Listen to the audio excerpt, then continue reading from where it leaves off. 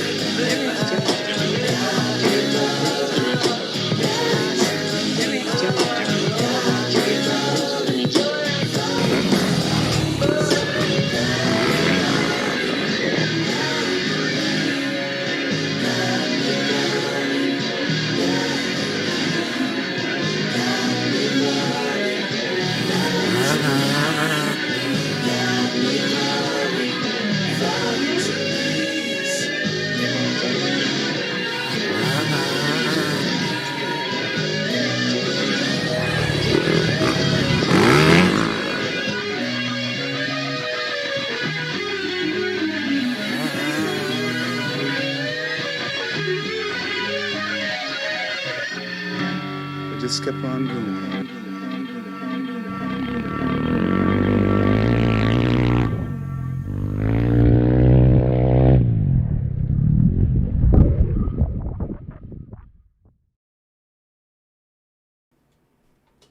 Welcome to Tech Talk Taco Tuesday.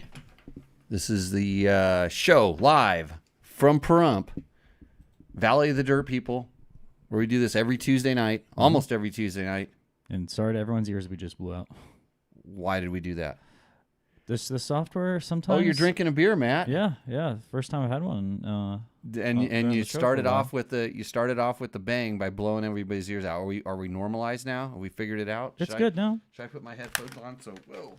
Well, I mean, we don't have anyone in the Zoom call. We did have a listener joining the Zoom call, and I gave them a rundown what the hot seat hotline is, and then they hopped off the Zoom call. But if you have any questions that you want to ask live, feel free to hop on the Zoom call in the description.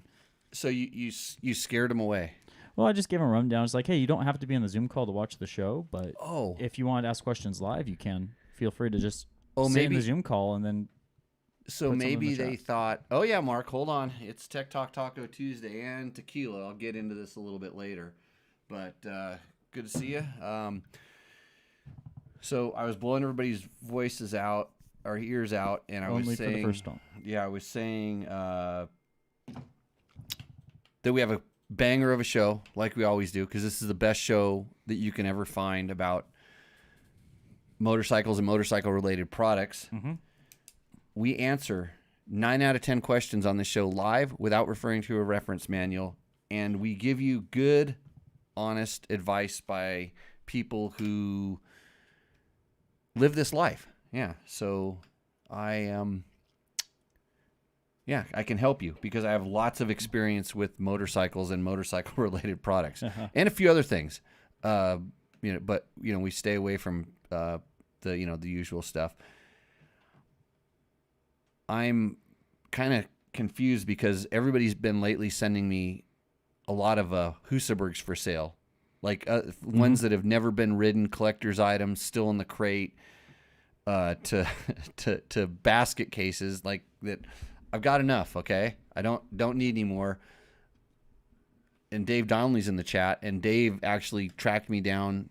I don't know. I think he stalks me. He found me in the Home Depot parking lot, and he was like, "When you coming over to pick up that Husaberg?"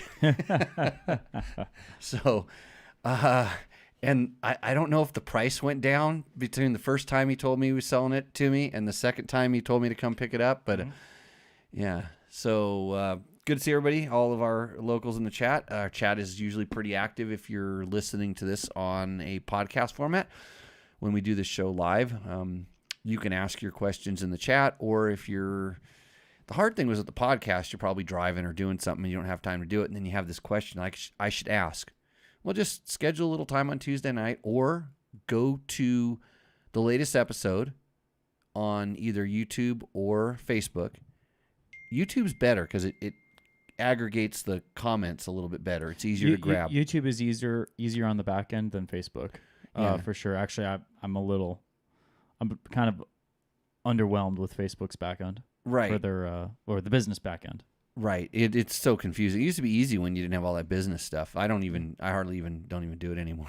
yeah. They've updated it, and with each update, the interface has gotten worse and worse and worse. Yeah. So it's hard. So what he's saying is it's hard for us to track down the questions sometimes on the Facebooks.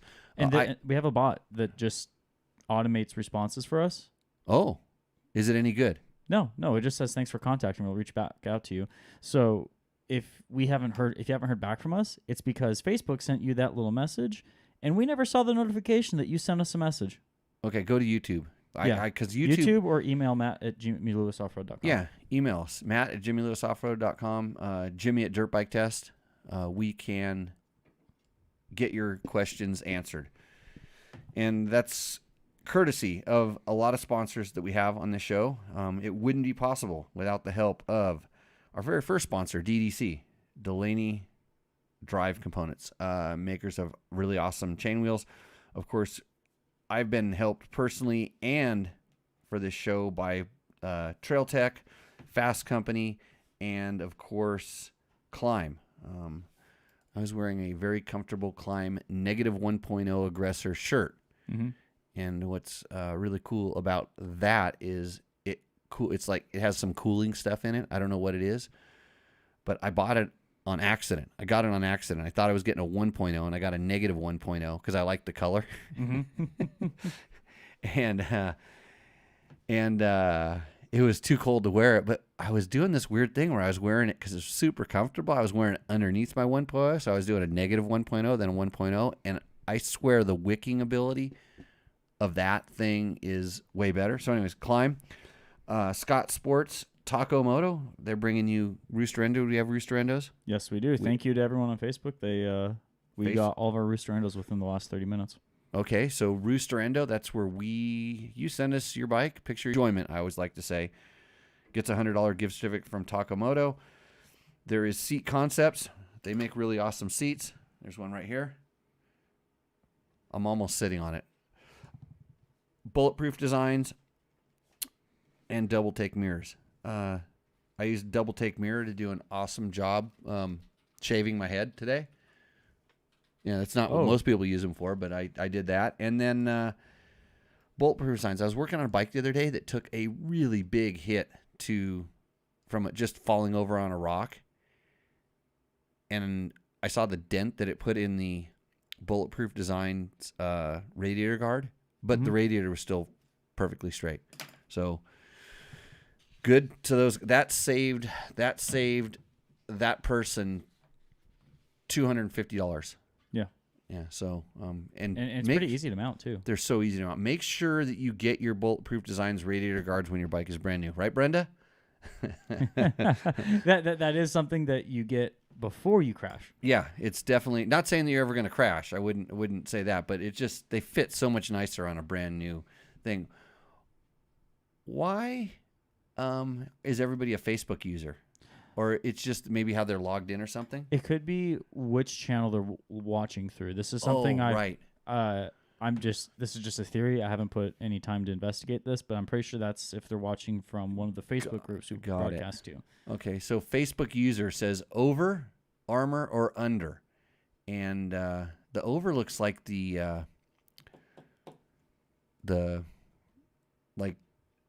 little dots over the O. So I'm guessing it might come from another country, but that's a good question. I mean, it's kind of a personal preference. I tend to wear. I'm a big fan of under. Yeah, I wear chest protectors over. I always did wear them over, but now they've gotten a lot more comfortable. And with some of the technical undergarments, you can wear like a Climb Negative 1.0. You can wear that under and then a chest protector on top of it, and you don't get the kind of the chafing that you normally would, and it doesn't get the kind of the hot spots that sometimes the padding will kind of mess stuff up. So yeah, I used to be over all the time, and then I kind of went a little bit more to under. I mean, of course, knee pads are always under the pant, except for new people like to put them on the outside. Yeah, they'll put them on the outside on their jeans. Yeah, outside of their jeans. Yeah, I don't understand that yet, but why that's a thing? Maybe because they don't fit inside their jeans. But riding pants are designed to have your knee cups or knee braces under, so that's under. Yeah, hopefully, that'll answer your question. And then good morning if you're in the future, meaning if you're one of our listeners from Australia. Yeah. Good morning. I think it's the support. Yeah, or is it tomorrow at this time? I don't. And Jesse, it was good seeing you too. It was So we went Taco Moto open house. We went to the Taco Moto open house in Vegas. Taco Mike got a key to the city and cut the blue ribbon. Had the city councilman there. Seemed like it was a good time. Talked to a lot of different people. If half the people that said they were going to come out and go to my riding school, come to my riding school, I'll be in good shape.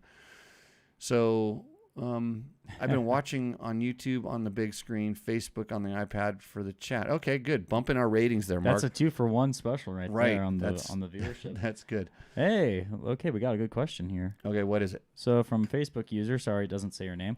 Hey guys, I'm upgrading to a 44mm throttle body on my 22 500 EXC, but found a different number for the 2023 KTM SXF throttle body.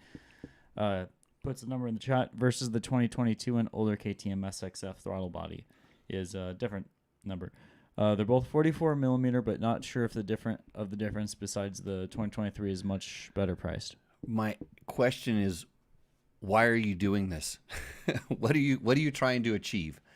But Yeah, I don't know. I haven't taken one of those apart. That's something that Taco Mike would probably be a little bit more inclined. Scroll down so I can look at the part numbers again and see if there's anything that. Could it be where like the throttle cable attaches to the? No, to the tube? generally. Okay, so generally, the You put in the chat more power, baby. okay, so He also put in something else here. Let me throw this in as well. Also right, an so aspect- so they changed. They oftentimes they change the locations, and that's why I was looking at the first part number, and sometimes, and it's like I said, the 23 with that the A406. Sometimes when it's a brand new, it's on the early motocross bikes. If they adapt that over to the other models and stuff, it'll change part numbers. They'll supersede the part number because it was like a small order of those, and then it goes. But so for more power, where I'm just kind of wondering like where you're lacking power. So you're wide open, right? Mhm. And I always have to ask this. So you're already wide open, you're at peak RPM, and the bike's not making enough power at that point. And if you have Supermoto wheels and stuff on it, then I can kind of understand. But I've yet to find someone that claims that they want more power that would require a bigger throttle body. And I'm being dead serious that the power Ow. yeah, that was bad. That was not. The security stuff was on. Ow. Yeah. Well, there we go. Good. I had to take my headset off for that one, Matt. I had to take mine off too. Yeah. So back to the throttle body. When you're literally I mean you have to be like wide open for that small difference in throttle body size to really make a big difference. And a lot of times you're going to compromise probably where you're actually riding the motorcycle. So see. So somebody like the what do they call them when they go into the troll? Yeah. How did they get straight in? They didn't get straight in. How did you? So you let them in? No, I thought they shouldn't have had the ability to unmute themselves. Oh. So some security thing was not in place that was supposed to be in place. So. Oh, so the minute you let them in, they were unmuted. Yeah. And then they go. They were supposed to be muted. We're gonna have to tighten this up, Matt. This is like riding a motorcycle without brakes, and I don't like doing that. Yeah. Hey, you know what? We always said strippers was supposed to make this show better. So let's try that audio. Oh no! If the views Why start would going your Benjamin? Why did you? Why think you watch an adult video? What was the? I didn't hear what the noise. I took the headphones down. It was blowing out audio of like some moan. Okay, it was just it blown sounded out, like though. it sounded like kids screaming. It sounded like someone. Yeah. It sounded like someone kicked a baby in the nuts. Yeah. Not that I would be familiar with what that sounds like, but anyways, Rich, I do know something about how Trevor's bike was set up for the Legacy race. Horribly set up. Mm-hmm. Yeah, because it didn't finish, and he had tire problems that were induced largely by bad choice in gearing, but also there could be a tire production problem. And just, man, the time and effort spent to fail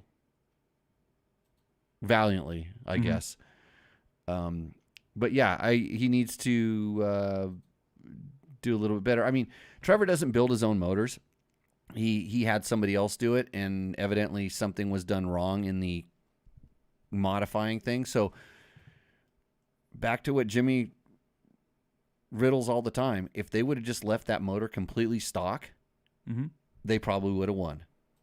Because I'm 99% sure that bike would go fast enough. I mean, put a pipe on it, maybe do some fuel tuning, but that bike would go plenty fast like that to win, and they would have had less tire problems, which slowed them down more than a lot of the other stuff. And then the bike, they decided to retire the bike before they grenaded it, which is smart because I don't think they have the budget to fix it. So, okay. I don't know exactly what the motor had in it, but I think it did have an R cam and R head in it. And Trevor said it was, whatever was done to it was really expensive. So, and I think, I'm guessing, and I don't think he's taken it apart yet, but I'm guessing that by slowing down, it probably is had some bad stuff, catastrophic stuff going wrong with it. So it's probably very expensive anyways. So can we have any other questions there, Matt? Yeah. Asher's in the chat here, in the Zoom chat here. So Asher, we'll just bring you on with audio for now. So feel free to I'm gonna unmute you here. Tech Talk Taco Tuesday's main sponsor is Yamaha. Yamaha, makers of the YZFX and WR lines for off-road, and of course the Tenere 700 is my current favorite adventure bike. And the one thing that if you start watching all the videos that Trevor's putting up on this 450 comparison, the Power Tuner app, which works on the FX and the YZ, and then now I have a competition ECU in the WR, man, that's game changing. It allows so much more tuning, and a lot of other manufacturers, they have ability to change little maps, but no way, not even close to the level you can do with the Power Tuner app. It's free, it's on your phone, and you can request maps from people like me sometimes. And there's lots of maps that Yamaha provides. And if you just play with it, you can learn so much about how to make your YZ, FX, or WR that's been modified for close course competition use work way better. So Asher's in the chat. Yeah, so Asher, feel free to ask your question now. You should be good to go. I can't hear him. You got him muted? No, he's unmuted. He's unmuted? But One second. He's silent? He's hiding? Yeah, you should be good to go. Asher, is your mic set up? Because it says you're unmuted. we can't hear him. Hello, I guess. Oh, there we go. There we go. Oh, hello. So I guess my question is about clutch levers. So I ride a DRZ, and kind of stupidly, I use it to like do trialsy stuff and really technical stuff with like No, rock. that's not stupid. That's a great way to practice. Yeah. So It's fun riding. I guess what was I gonna so I've kind of noticed the clutch is a little heavy for doing like kind of blips to get over big logs or kind of to load the flywheel and stuff. So Mhm. I've been looking at how to lighten it, and there's like a Magura hydraulic clutch quit. Well, what started this idea was I rode a buddy of mine's KTM 500, and the hydraulic clutch kind of ruined everything for me with how light it was. So I've been looking at how to lighten my clutch pull, and I've kind of narrowed it down to like an ASV clutch, which has a bearing, which should lighten it, or Magura has like a hydraulic clutch adapter kit. So I was wondering what's a better Right. option. So I've used the Magura hydraulic clutch kit on a number of different bikes, and maybe even a DRZ quite a long time ago, back when they were newer. And it kind of depended on the bike whether it actually lightened up or stiffened actually the pull. So without having like remembering exactly, you could probably go on some forums or something that they're DRZ specific, and somebody may have done, and they can say whether it got lighter or heavier. I don't, like I said, I wish I could remember, because then I could tell you, but I know on some bikes it actually got a little bit stiffer. So there's a couple things, like you talk about the ASV lever has the bearing, but sometimes on the ASVs and a couple other levers, they actually change where the pivot point is on the so where it's pulling on the cable and where it begins to pull and where it ends up pulling. Because a lot of times if you actually change the adjustment on the clutch, and it starts pulling at a different point, it'll get a little bit lighter. I don't know if you've tried this just with the adjustment. Yeah, I've adjusted my clutch, but I've even changed out the clutch cable, and it's still pretty heavy. It still seems System, heavy. yeah, the stock system's pretty. I mean, I've oiled the pivot, but it's just raw metal on metal, so. Yeah, I don't know that. I don't remember. I don't. This is strange things. I don't remember the DRZ clutch being that heavy. But then again, I was never doing trials riding on them. I was just kind of trail riding or dual sport, and we did gnarly trails on them, and I don't remember it being that difficult. And so I don't think it's like any of the. I don't think it's the clutch pivot or the cable. If you take the cable and just have it free and it moves free, or the clutch pivot, moves freely. Those aren't going to cause it. Do you know that if the springs are stock? I'm like 90% sure the springs are stock. Yeah. So because I've also seen people that, especially when they build up the DRZs, they put heavier clutch springs in there because they tend to slip. And the one thing I was going to say is if you can get lighter clutch springs, that could help. But I know that the DRZ is prone to clutch slipping under high power loads, which is it's supposed to do that. It's to help the durability of the transmission, and someone on the chat just said that Moose makes a nice easy pull lever and perch for not a bad price. So I would poke around and look at some of the more simple options. Like I said, the levers, and I know with like when ASV was when it was the guy who did all the R&D, and I'm trying to think of his name. He was so into clutch levers, and he was building all these CNC machine ones, and he would move the pivot points just ever so slightly, and it made a huge difference. I remember there used to be a thing that would actually go in line in the cable as well. It had a little shorty cable that would come out of your lever and go into this box that kind of altered the pivot. And so there was a thing like that as well. But the first thing I would try is actually loosen up your clutch adjustment, so it's like I would call it a little more slacky than what you're used to. So there's a lot of free play, and see if just by having the lever kind of angled in a little bit more, if that lightens up the pull. And if that does it, may be as simple as just kind of playing around with some of this stuff. Okay, well, I've been playing a lot with the adjustment, and because of also having a problem, like when I set up for like a log or a rock, I'm static balancing and then holding with one finger.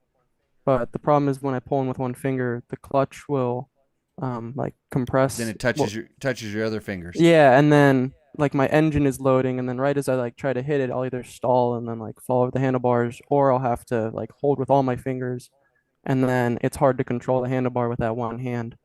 So that's where it's like, how do I? And you're pretty sure that your clutch plates are all in really good shape.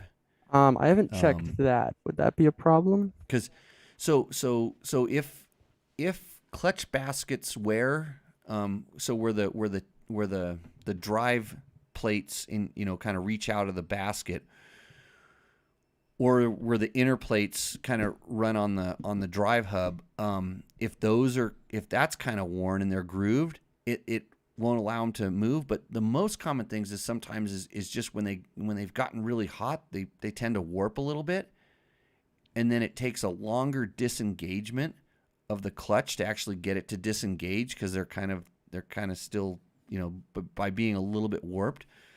So it's funny that it's just, and you're going down the right path. I mean, wanting to make it lighter, but I would before I would spend a lot of money on a certain part, I would make sure that everything in line. And like I said, you've lubed the cable, that's good. The pivot, that's good. And it's not that hard to get in that clutch cover and pop those plates out, and just look for any grooves on the basket or grooves on the inner ring, and then check the flatness of the plates, especially the steel plates. And I don't remember if that is all steel, or there might be some aluminum ones in there also. Sometimes going to all steel plates can help also. Okay, I'm thinking it could be the clutch because my bike does have like 11,000 miles on it.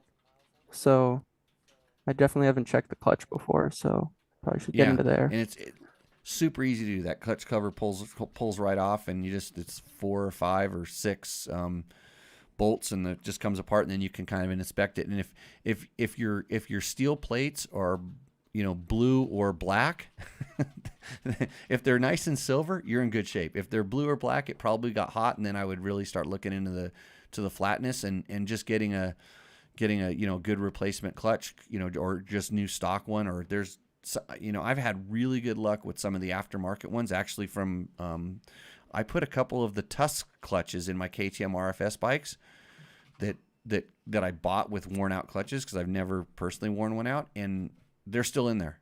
So So Tusk is like a good clutch. Yes. Yep.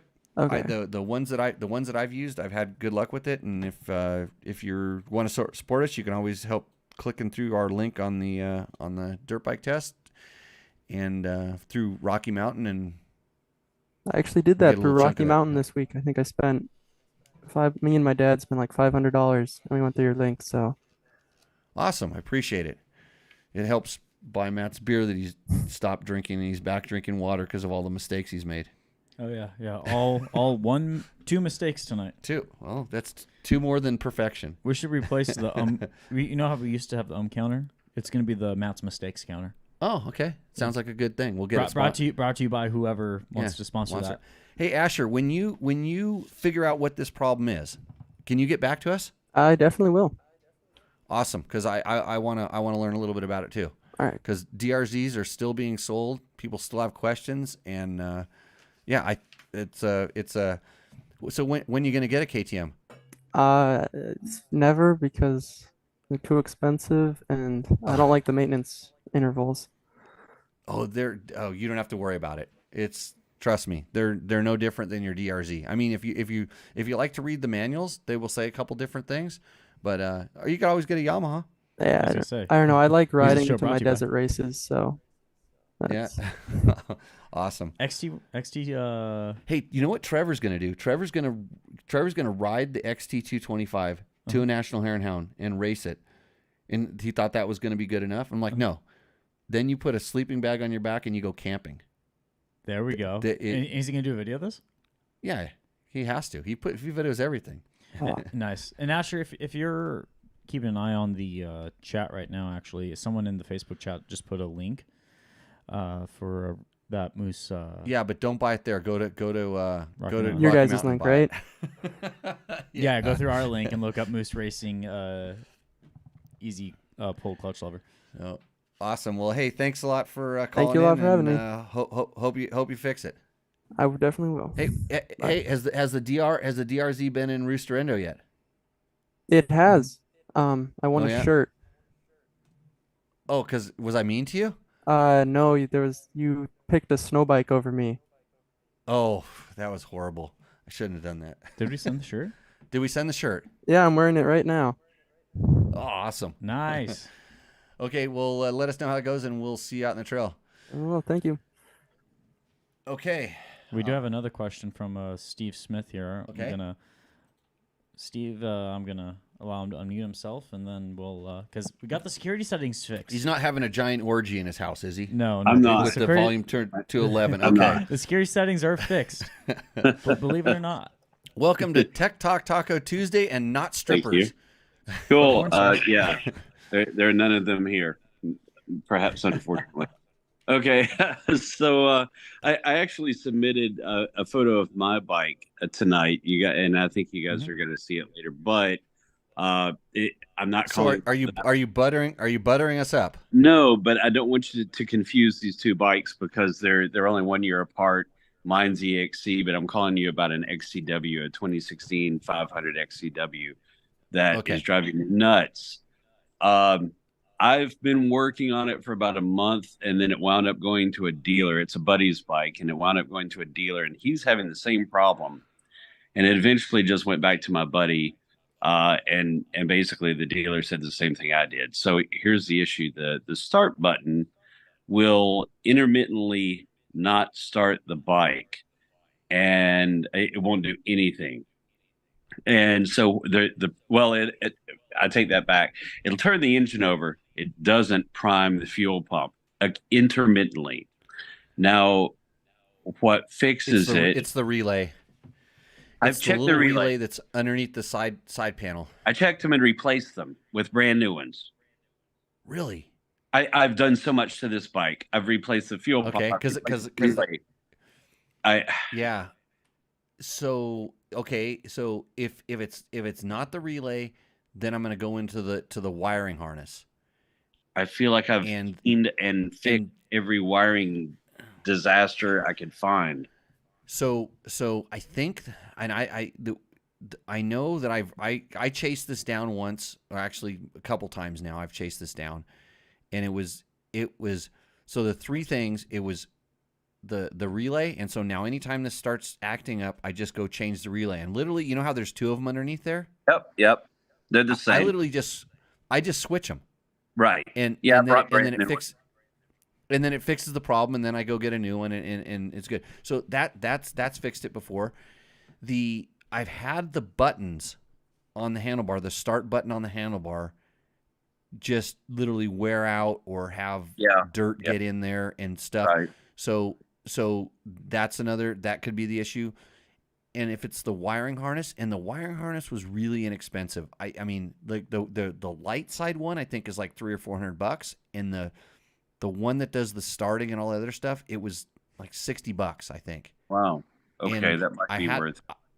I had it. Yeah, I chased, like I said, I chased every wire, and you look at some of them, they're like a little, you know how tiny those wires are. Mm. And so that's the, all it takes is one that's just kind of like it's just cracked and pulled apart, and it touches half the time and doesn't touch the other half. Yeah. It'll eventually completely fail, but I would go that route. Well, the weird thing here is that it invariably, if I give it the weakest little kick, I don't have to kick it like I really want it to start. I can be in tennis shoes and just give it a third of a kick, and all I have to do is just hear that fuel pump prime, and then I can hit the button and it'll start instantly. So the button's not giving me trouble. All that's happening is it's not priming off the button. Huh. I know. The button seems to work perfectly, and it's not priming. So I'm going to tell you one other thing that I've had happen is I've had an ECU go bad. I was wondering about this. Okay, so I had an ECU go bad, and if you have the ability to switch ECUs, see if the between a couple different bikes, see if the problem follows the ECU. Okay. And so my ECU, I'm trying to remember what it did. It was a long time ago, and it did something. It did something that was just kind of funky, and it didn't make any sense. And I chased a lot of different stuff, and it was like I just said, well, I'm just going to start switching parts, just wholesale, because I had a couple of it was a 2014, so I just switched ECU, and the problem went on to another bike, and I'm like, okay, that's it. That's the issue. And I think it might have been just it was like the way that the lights would turn on or off. It was some kind of weird signal where it would just intermittently, the lights would just, it wouldn't sense that the engine was running anymore, even though it was running, and it would shut lights down. So, give that a shot. For sure. Let us know what you find out. That's an interesting one. And all the, the thousands of hours I have on my bikes, the different 500s, it's very rare, but those are the things that I've experienced or had friends that have had problems with. Yeah, I actually have two others. So I don't know why I haven't tried swapping the ECUs, but that'll be what I have next, or what I do next. I have two others of my own. Because you're too smart to do the obvious thing. Well, I've replaced everything on the bike except for that. Right. This is the sometimes the simplest thing is something that you just have to ask another person. And I'm surprised, like I said, if it went to, I would love it if you do that and it fixes it, and then you've had it to the dealership and all this other stuff. I would feel like, oh, I did a good job. But who knows? I might be getting a call next week, and we're on to level 2, level 2 diagnostic. Yeah, I'll let you know. I've certainly got plenty of ECUs lying around. I can certainly try it. I appreciate that. Cool. Thank you. Well, okay. Thanks a lot. And we got a question up in the chat I saw. Actually, chat's been pretty engaged with the questions that so- are coming on from the hot seat hotline. Somebody I thought was thanking me for telling them to get an ECU. To get the get. Yeah. Well, it was that was the guy who was going with the bigger throttle body. Maybe. And I wasn't able to watch it. They kind of went backwards on getting that bike tuned up. Let's see. Buddy has an uncorked 22 450F, WR 450F. That's a Yamaha. Right? Yeah. Yeah. Comp ECU mapped and a FMF 4.1. He pulls my 500 EXC pretty hard. Well, it's a Yamaha. What do you expect? Yeah. Yeah. Yamaha, sponsor of this show. I'm still waiting for the guy who was going to buy a Yamaha, but then he saw our off-road comparison and it got him thinking about the Kawasaki. It's my duty to talk him off the Kawasaki and back onto the Yamaha. Because we were just shills for the sponsors. Yeah. So yeah. I need the 44. No. Don't. If, I don't know. I don't know what you like. If you have your 500, make sure the little teeny tiny thing is out of the muffler. Actually, just get a different muffler. Be sound responsible. Get a different muffler. That'd be the first thing. Then decide what you want to do, because at that point you're going to start needing to do some fueling. And if you start, Taco Moto has a really good, we'll call it a white sheet on the steps you can take to your KTM 500. And I promise you that the throttle body's on there at some point. But if you don't have an ECU already, the ECU could be the key. And on the new ones, I'm not that familiar with running the piggyback tuners like I was on the older ones, because they do try to compensate. So you may be kind of forced to go down the ECU route. But yeah, you'll be able to fix that bike. The newer WRs are awesome machines. I have one in my garage. I've been testing it.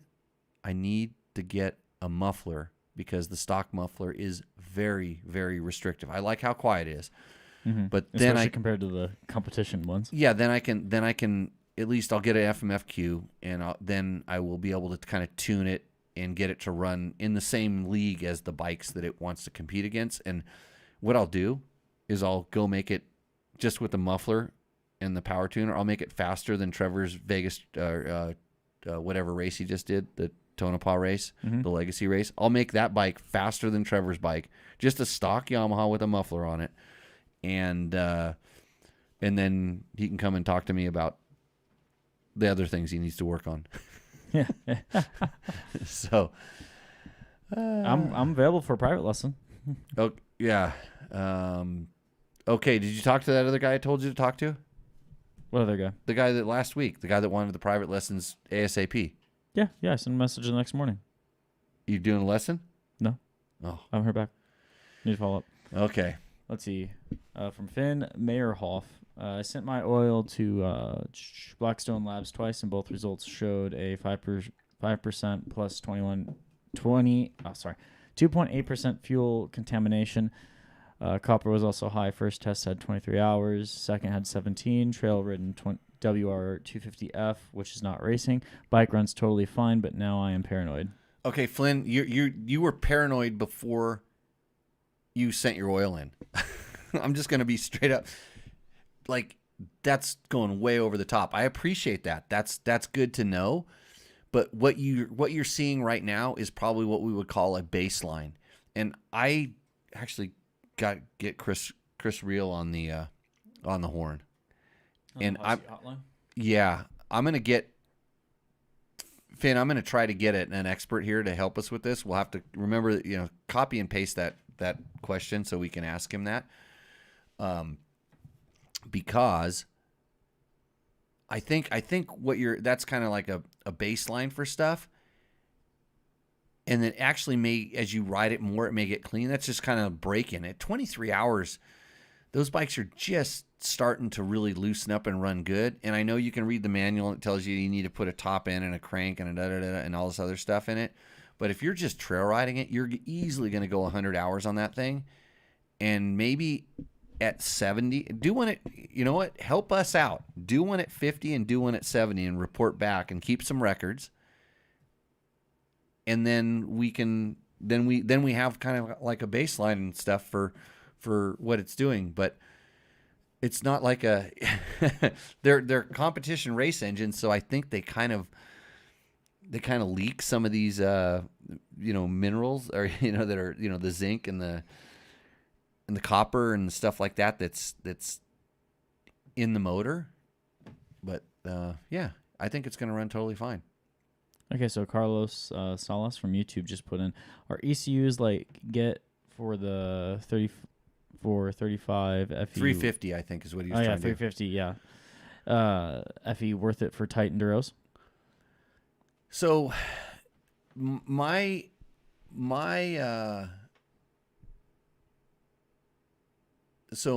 Chris is in there. Chris, make sure he's in the get him, put the link to the hot seat hotline in there. It's in the description. Oh, it's in the description. Yeah. Well, he might not know where that's at. Remember, he's a petroleum scientist. So Carlos, what I'm going to ask is, and you can respond back in the chat, is when you're riding, like where would you like more power or less power or smoother power, or what are you actually trying to achieve? Because just getting an ECU, it's just like getting a totally different motorcycle in some instances, because they're gonna change stuff, and they may the standard programming in the ECU may be for motocross. More than likely, it's for motocross, or it's for a dyno run that produces big numbers on the dyno that you will feel when you plug it in and you go rip down the street, down your house, and you go across the field and you turn the throttle wide open. But will it actually work better out on the trail where you're going to use it? That's the question that you need to ask. And it could be, if you had a really good tuner that works with the ECUs, that knows how you ride and knows where you want the bike to do certain things, it's absolutely a better thing. And if you're smart enough to play with the tuning capabilities that come with some of these ECUs, so you need the Wi-Fi unit and the other stuff, then you can get the get to do anything you want it to, just like the Yamaha power tuning app. In fact, there's a lot of similarities between those two for some reason. So yeah, that's so it's kind of a difficult question. I'd rather when you start talking about like what you wanted to do, sometimes it's as simple as changing the gearing. It's changing the throttle pull wheel. It could be a muffler. Certain mufflers, certain header combinations do a lot of different things. Sometimes you may have done something that you read on the internet, it's like yank the reeds out of the intake track and wonder why all of a sudden you lost the torque that you had become accustomed to. So, other things. So there was another question here. So Okay. from Brendan Springer Davis. For a 13500 XCW, that is a snow bike with a full FMF 4.1 exhaust, riding between 8,000 and 10,000 feet. Will the stock ECU run too lean? For the piggyback tuner, would you run slightly more lean?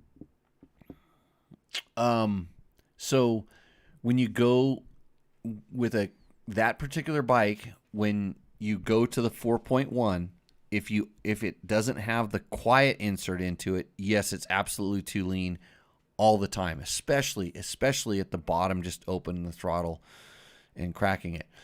So what did he say about the piggyback tuner? For the piggyback tuner, would you run it slightly more lean? So if it's the piggyback tuner, doesn't matter which one. I don't think the bike is going to do the leaning for you based on the air pressure. The bike will figure this out. At this point, you're trying to decide what exactly do I want it to, what do I want it to do? How is it running? And man, I don't have enough experience with the snow tracks, the snow bikes, to give you some real definite answers. But I'll tell you one thing: those things eat horsepower, and they get plenty of traction. So because when we're tuning with a fuel tuner, you talk about in the words traction. So if you want more traction, you add fuel. In other words, richen it up. If you want less traction, feel, you lean it. And I don't think you're actually gonna. I think you could actually blow the bike up on a snow track because you're not gonna feel the traction. In essence, the same way that we would with a tire, it doesn't kind of give that spin up feel because it's always super heavy loaded. But yes, it makes it run much cooler as well, being it's running proper air rich. So on the fuel tuners, most of them when you're at 3, and this is the easy thing to do, just do short runs with it. So in the zone that you're curious about, that's on those. Most of the fuel tuners, it's red. It's green, yellow, red, low, mid, high. And you're probably, on that thing, you've got to be mid or high. And high is definitely wide open. And it's more throttle position on those than it is RPM, but they do overlap. So I would take it, and if 3 is stock, ride at 3, see what it feels like. Do a pull, hold it like 3/4 throttle, and then go to full throttle. And then you're going to... And on the tuners, if you can actually watch it, you can watch the lights go across the dash. And it'll show you which zone you're in, and it'll change the color that you need to be adjusting. So that helps a lot on those. But play with it, do it stock, and then richen it up. Go ahead, start by richen it up, please. Don't go lean first. Rich, add fuel. Go to 6, and see what it does, and then go down to. Maybe go, if 3 is standard, go to 2 or 2.5 or 1.5 and do a quick pull. And as long as it's not doing anything funky, check it. One pull is not going to blow your bike up. You can, if you have a way to check your temperature, that'll give you a lot of indication as well. If the temperature just goes crazy hot, then you're not in a good zone. But you'll feel the difference. You should feel quite a big difference. And then tune away. It's as simple as pushing a button. And that's how I came up with when I was running the piggyback tuners on my 12, 13, 14, 500s. And I ended up leaner than stock this is for dirt bike riding. Leaner than stock in a lot of places on a stock ECU, but I was richer in what they call the fuel squirt or the transients. So when it the one that says it's like pump squirt or whatever. So because I'm always changing the throttle position every time I would turn the throttle, it'd give it a little extra fuel. So I was able to be leaner consistently, but richer when I gave it the gas. So we have there's a thing on Dirt Bike Test that I kind of explain how to tune with those things, and that would help.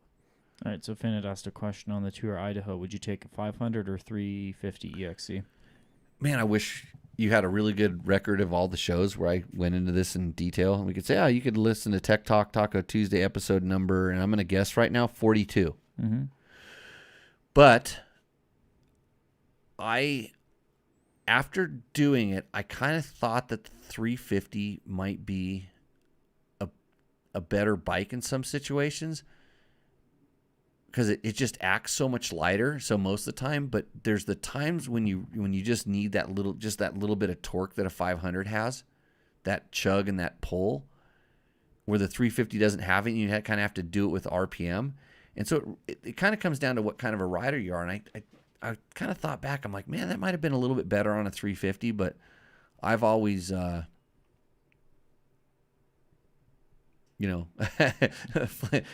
look at episode 42. I don't know if it's episode 42. I'll say, you're right here right now. You're already on the topic, so yeah. Keep it going. Yeah. We have this momentum. So, no, we'll just roll with it. So I went back and forth, thinking but I think I would just default to the 500. I would default to the larger bike because I either I want a 125 or a 950. I'm kind of this. I like the polar opposites of the thing, and the 350 is really good.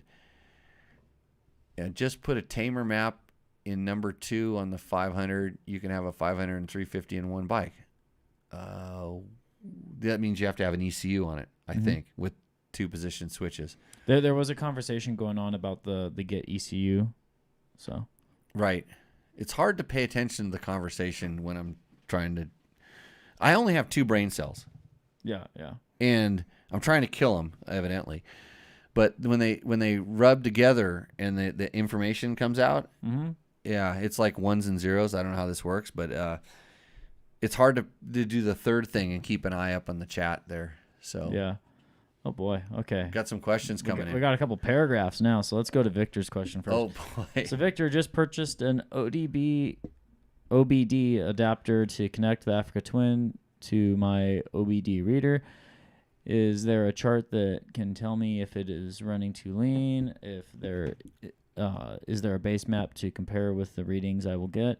Dealers say nothing is wrong, but still pops every once in a while.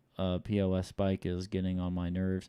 Also feels like it loses power at altitude, which is impossible, right? No, okay. So I'll work backwards on your question. So no, any vehicle will lose power at altitude because there's just less oxygen, so the bike puts less fuel in it. It will lose power. This is normal.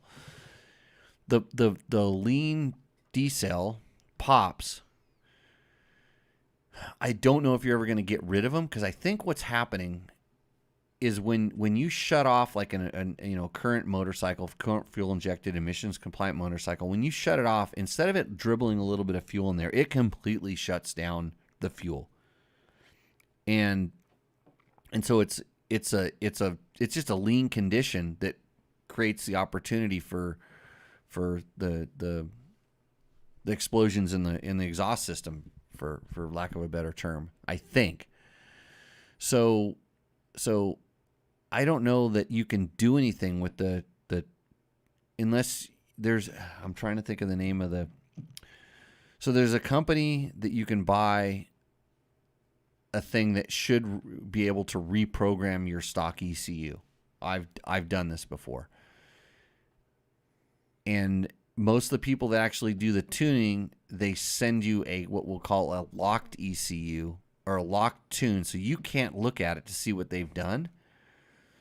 But sometimes the company that sells the tuner will have some, we'll call them unrestricted maps that they will sell or you have access to when you do this. So I'm not sure which what tuner you have or where you where you're piecing this thing together, but that's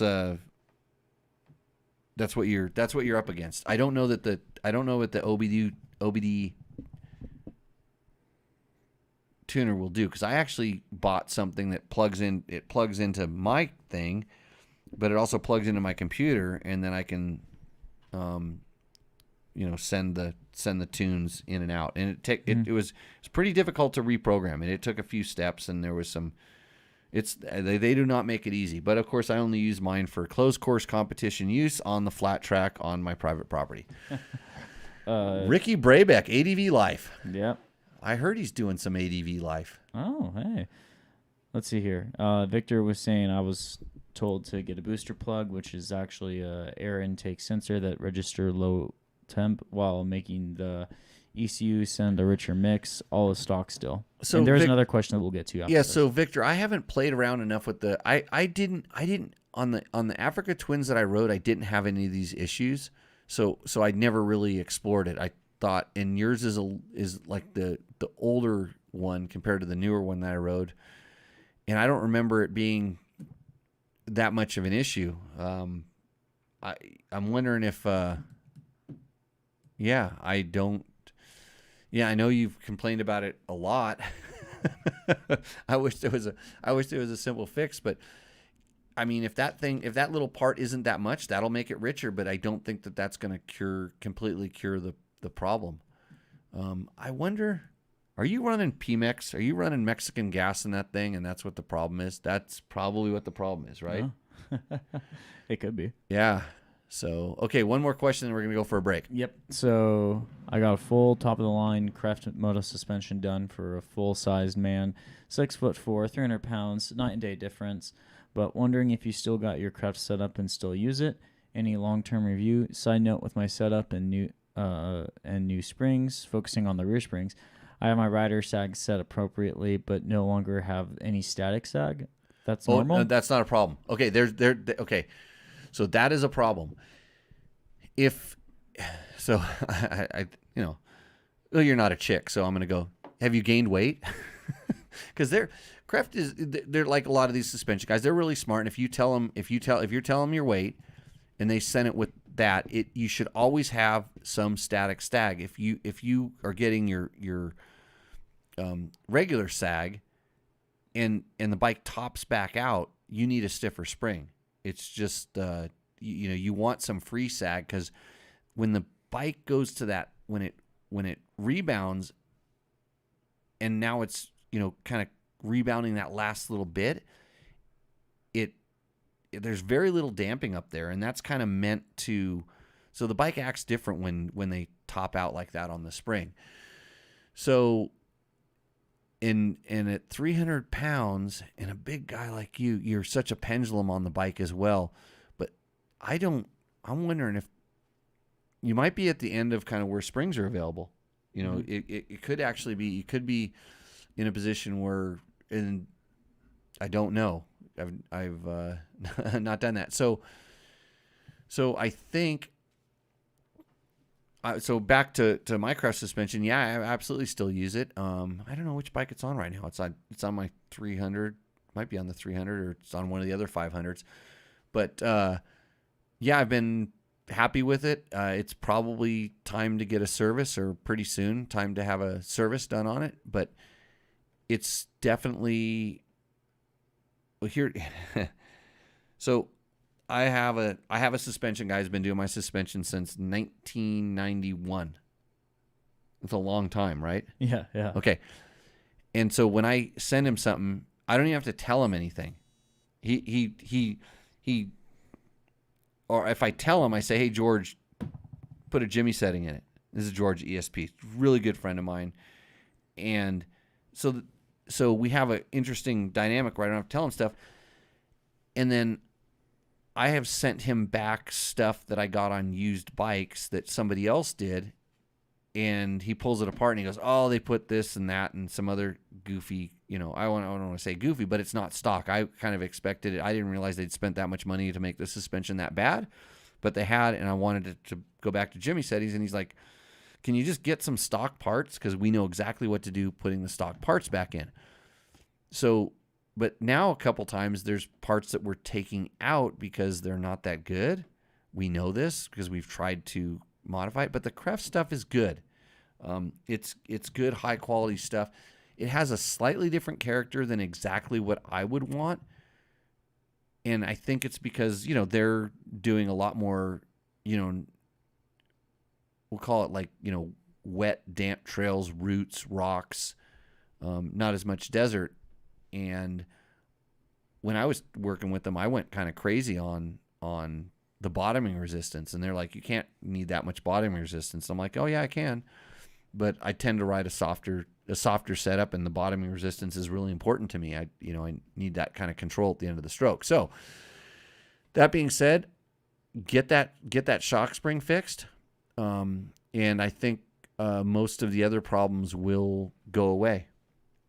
That's just a definite, like when we run into this problem, like especially when I'm riding like 125s and stuff, and I top this, most of the 120, I can just barely get the 125 to have a little bit of free sag with the close to the right amount of sag, and then I'm okay. But if it ever tops out, you have to go to the spring. So, okay, we will come back and answer more of your incredibly valuable and smart questions.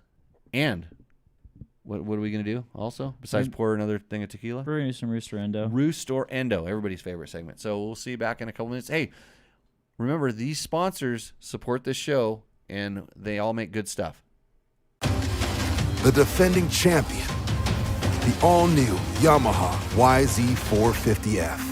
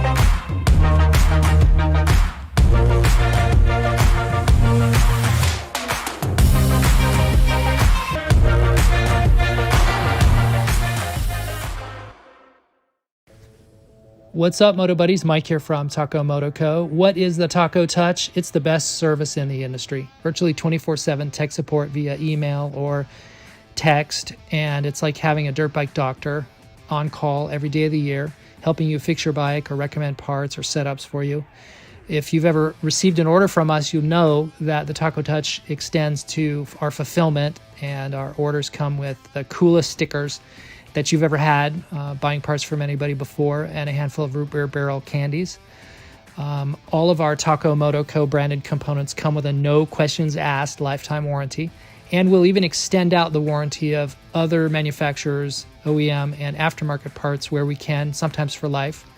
We test and tune endlessly and exhaustively and obsessively. We're trying to destroy everything that we can before you get your hands on it to look for weaknesses and to improve it, or to make recommendations to the manufacturer. And if it's something that doesn't meet grade, then we don't offer it on the store. Everything that we carry is something that we have personally used, tested, and ridden, and raced, and knows meets the high Taco Touch demanding standard. Go out and get some adventure.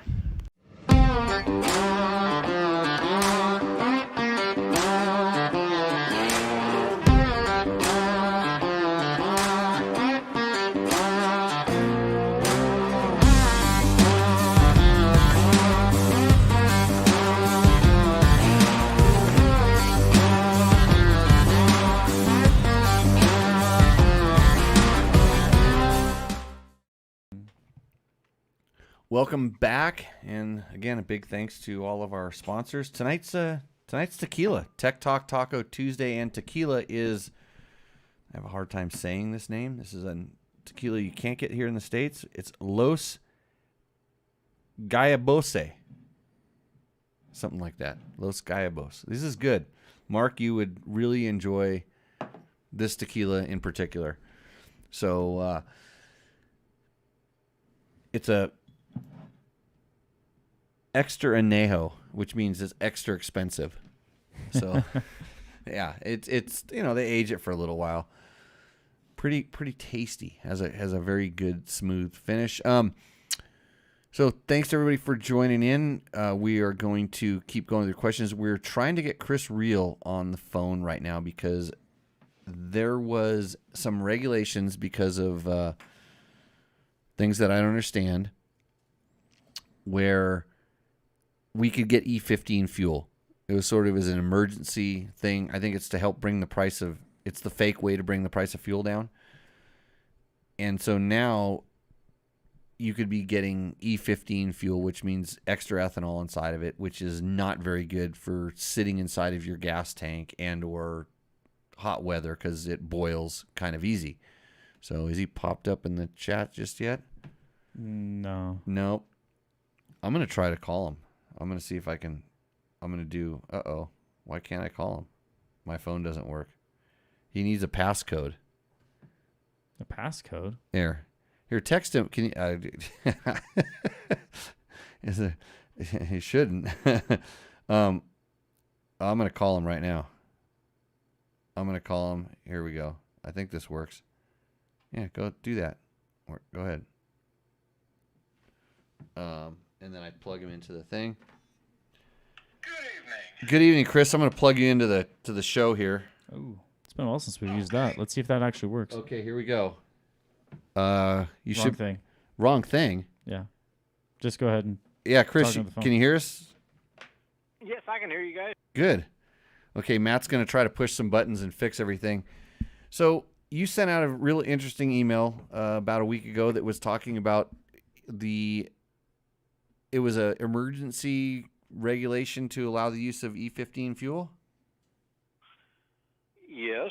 Yeah, it was a fuel waiver. So they're going to allow, EPA has been given the order to allow the continued use of E15 fuel for the summer. So do we get E15 in the winter? Some places, yes, and many places, yes.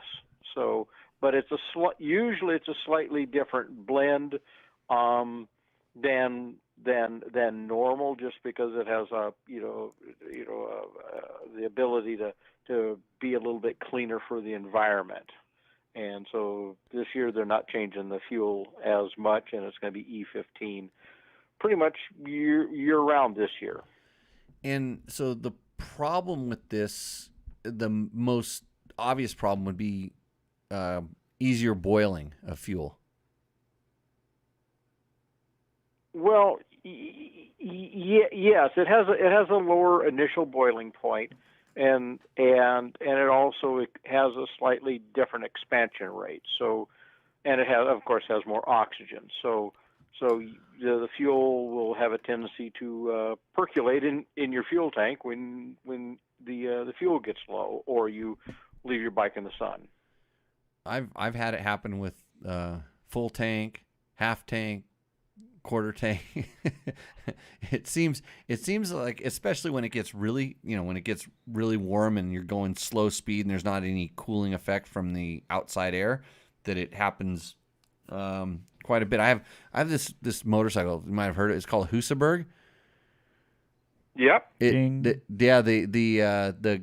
pipe runs right up underneath the tank, runs right up underneath the seat, and that's a gas boiling monster.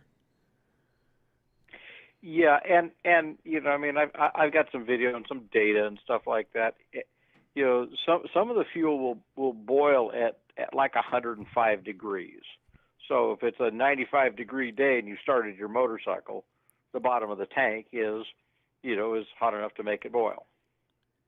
And when does this become like problematic in that the bike will start running poorly?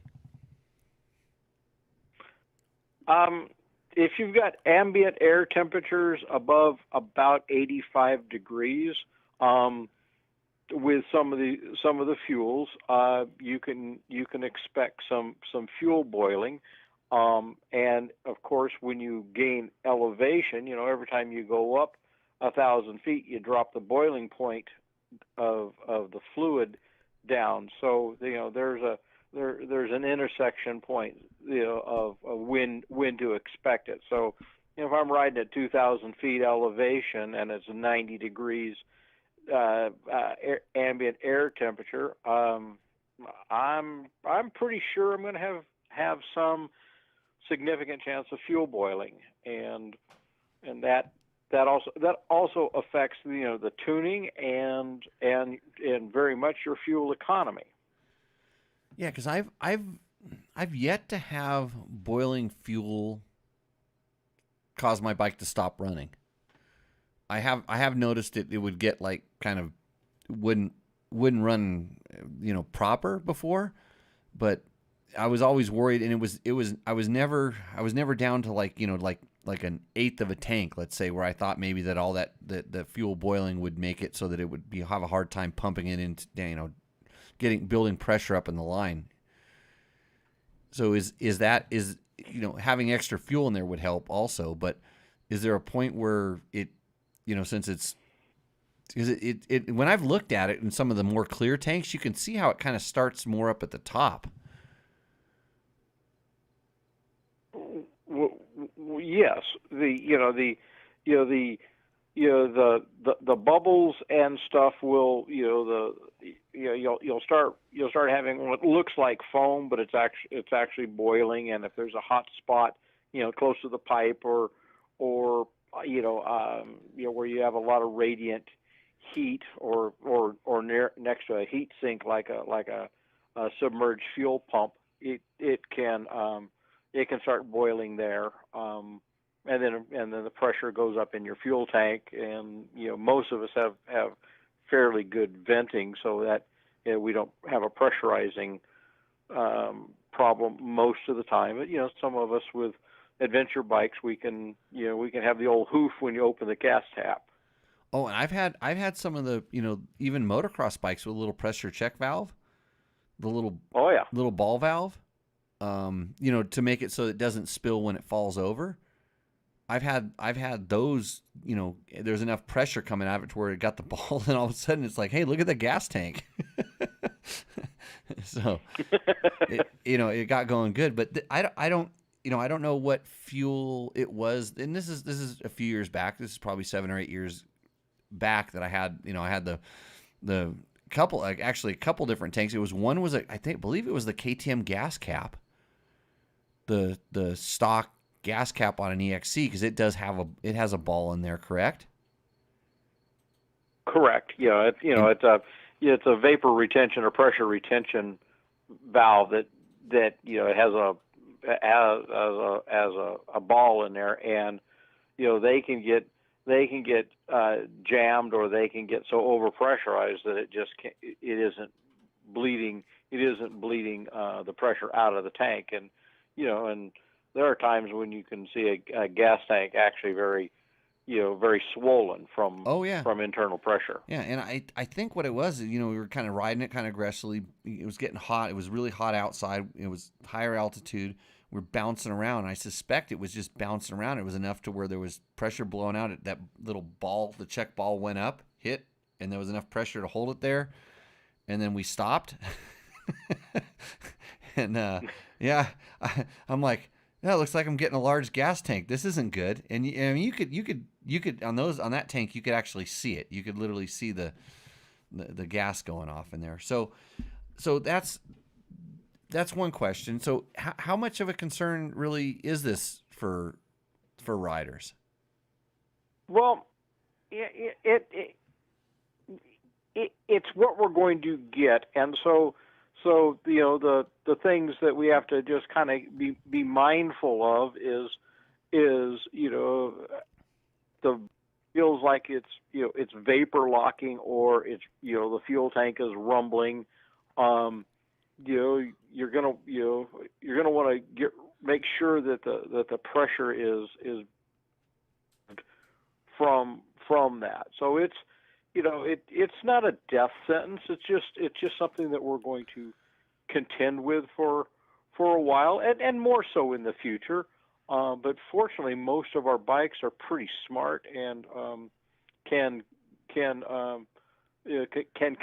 with that, and so we're going to continue to see vapor recovery equipped motorcycles, and we're going to continue to see high vapor pressure or low boiling point fuels. So we're all going to have to adapt a little bit, and and making sure that the tank is venting is a big thing, and so it doesn't pressurize. So it doesn't pressurize. Right. The last time I remember it really being problematic was kind of during the COVID times, when I guess we didn't use a lot of the winter fuel, and the winter fuel kind of stuck around into the summer, and so that's sort of what we're gonna go through now, with them allowing it's exactly what it's exactly the condition that we're going to have. Because the fuel isn't going to be seasonally adjusted in all locations. So I'm speaking kind of in a broad sense, but E15 is going to be with us this year, for sure, and we just have to kind of contend with it. We're not going to go as far on a tank of fuel. Fuel may boil a little bit, and the bike may be leaner than we like. Okay. But that's I won't say it's a death sentence. I'm just saying it's one of those things where you go, this, if your bike starts running bad and you haven't done anything, it's fuel, probably. Then so next question is this, if this fuel sits in your tank for long periods of time, is it more problematic? A little bit. Fortunately, the newer bikes, if they're within 5 years old or so, they're pretty they're pretty fuel safe. The thing with the ethanol fuels, they do bring in water, and that's a little bit challenging on fuel pumps and fuel filters, and of course it does carburetors. Some carburetor corrosion issue, the green rot in a carburetor, or black brass jets, that's that is absolutely corrosion. Right, and that's from the ethanol attracting the water getting into the fuel system. So I guess good preventative measure, would it be just to start the bike every so often or agitate it so that the water separates and gets back in there? And my solution on that is, the water's going to go to the bottom of the tank, and that's where your petcock is. Yep. And your carburetor's is lower than the petcock. Yeah. And so, once in a while, taking the drain cap off and dumping the water out, and that's where it's going to be. And then I always run a little. I have an unplanned hydrocarbon release. I turn the gas on and let some dribble up onto a rag, which right. Which is and put into a container, a sealed container. And disposed of properly, of course. Well, I actually use it for lighting the campfire, but don't tell anybody. So yeah, and then, but is the water that hard on the fuel pumps as well? Well, yes, water's fuel actually has a fair amount of lubricity, and the water does not, and the tea bag style fuel filters won't pass water, and they'll turn black. They have a little bit of activated carbon in them, or they'll turn a color when they have water in there. So water won't go through some fuel filters. Right. Okay. Hey, do you have the question about the oil? I asked you to save, Matt. We have a question. Someone had their oil analyzed, Chris. Right. And I read that thread, and that's called spectroanalysis. Correct. And it's basically like an X-ray of the oil, and it's oil analysis like that is common in heavy duty trucking and in industrial applications and aircraft. And lube engineers use it a lot to see what's going on in an engine. And so, a spectroanalysis will tell you the heavy metals. First of all, it'll tell you what's in your oil. And so you always, if you're more in a C student, you'll run a virgin sample through, and so that'll tell you how much zinc and calcium and comes stock with the oil, and then you see what your engine added to it. Yeah, when the engine starts, when the parts start rubbing on each other, they're going to generate some debris. And the problem that we have with motorcycle oil analysis is many people forget that you've got the transmission and the clutch in there generating a lot of wear metals, and that typically skews the report values, where they say, oh my gosh, you've got solids and you've got steel and maybe some copper. Well, that's clutch dust. Yeah, so that's what I and it's kind of funny because I didn't even think about that when I told the viewer. I said, hey, I think you've kind of established a baseline here, and especially because it was such a new motor to me, 26 hours. I'm like, I'm not too worried about it. But okay, so you've kind of established this baseline of where you're at, and I wouldn't be surprised if you don't abuse the clutch that it might actually get better over time. If you change your oils a few times, send another sample in, it might be a little less, i.e. break in. Yeah, but the what you're talking about is parts per million of wear metals, and a little bit of copper. That's not a good thing. Copper shouldn't be in there, but there's very often there's copper in some of the in some of the components that that shed debris. And so I'm on the same page. I'd watch it a little bit. change the oil on a regular basis and keep the filter clean, and it'll plateau out. It'll be your results will become normalized. They won't change too much until something starts going wrong, and then they will change drastically. Right, and if you want to get forensic on it, you can take, a coffee filter and the oil filter and a half a can of contact cleaner, and you can wash the wear metals out of the oil filter, and that'll give you a minor heart attack. You'll start wondering where your credit card is, and so you can replace the engine. This guy was having mental anguish over this, and I said I feel that's kind of normal, but when if I'm curious about an engine's health, I do that. I cut the perforated oil filter. I take it, slice it, pull it apart, look down on the pleats, dump the stuff out, and look at it. And I look at the magnets, like I have drain plugs with magnets on there, and those generally are really good. And you're always going to get something. I mean, those are all the fourth gear misshifts, the slipping, like I said, slipping the clutch, abusing the clutch, and just like general wear and tear. But I have motors now that are 500-600 hours old that come out way cleaner than brand new bike, 5 oil change bike. So absolutely, absolutely. And he mentioned that he's got some fuel dilution, and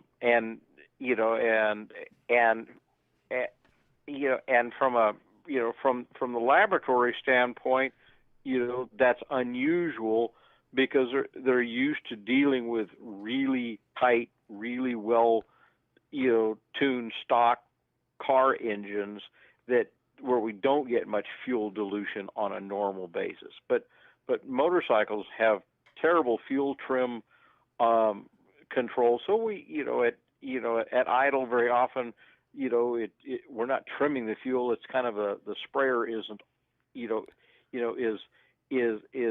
is either on or off, or it may be dribbling a little bit. And it's hard to keep a single cylinder motor running with no flywheel weight. Sometimes you have to squirt a little extra fuel in that thing. Yeah.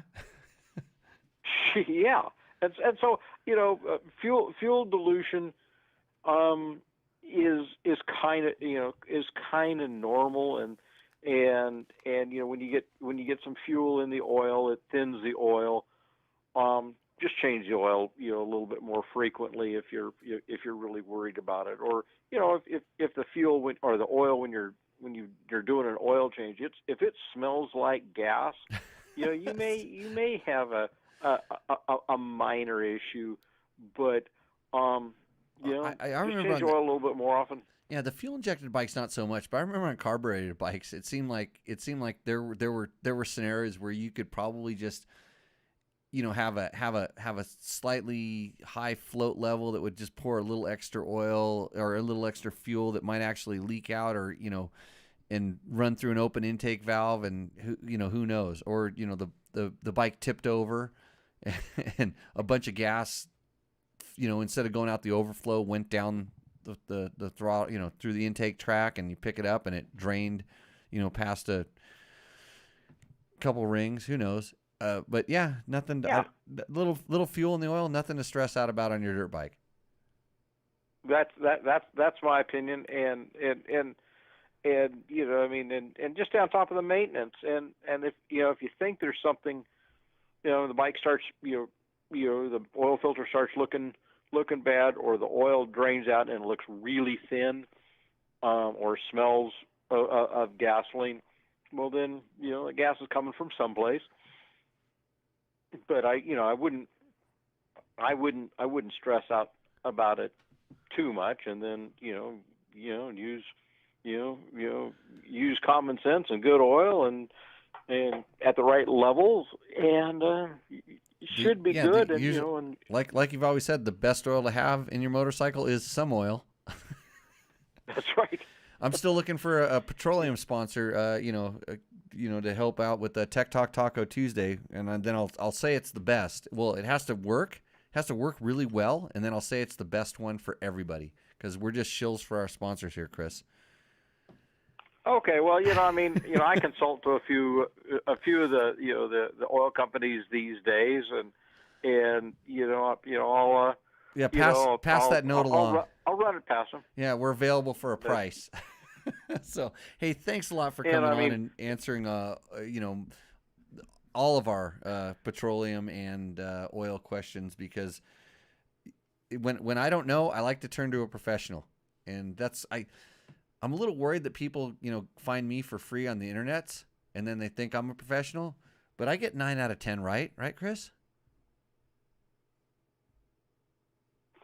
You do pretty good, and what you lack in some areas you kind of make up in with experience, and all of us outsource and find different resources. So don't never be bashful about reaching to the outside. Okay, that's good, because the pause before I asked that question was a little long in my book. It was causing a little bit of trife.